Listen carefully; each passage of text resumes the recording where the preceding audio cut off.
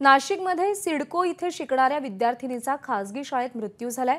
नाशिकच्या सिडको परिसरातल्या खासगी शाळेत मुलीचा मृत्यू झाल्यानं सध्या तिकडे खळबळ माजली आहे। चक्कर येऊन बेंचवरून खाली पडल्यानं मुलीचा मृत्यू झाल्याची प्राथमिक माहिती आहे। दिव्या त्रिपाठी असं तिचं नाव असून मृत्यूचं कारण अद्याप कळू शकलेलं नाहीये। पोलिसांचा तपास सुरू आहे।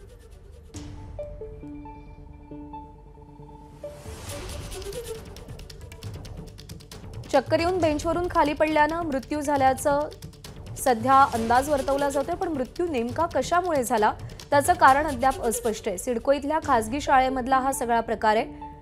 दरम्यान या प्रकारामुळे त्या परिसरात सध्या खळबळ माजली आहे।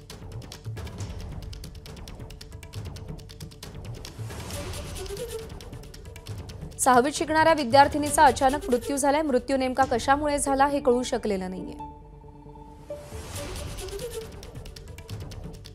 मुकुल कुलकर्णी आपले प्रतिनिधी सध्या आपल्या सोबत आहेत। मुकुल, आतापर्यंतच्या तपासात काय समोर आलंय, कारण कळू शकलंय का?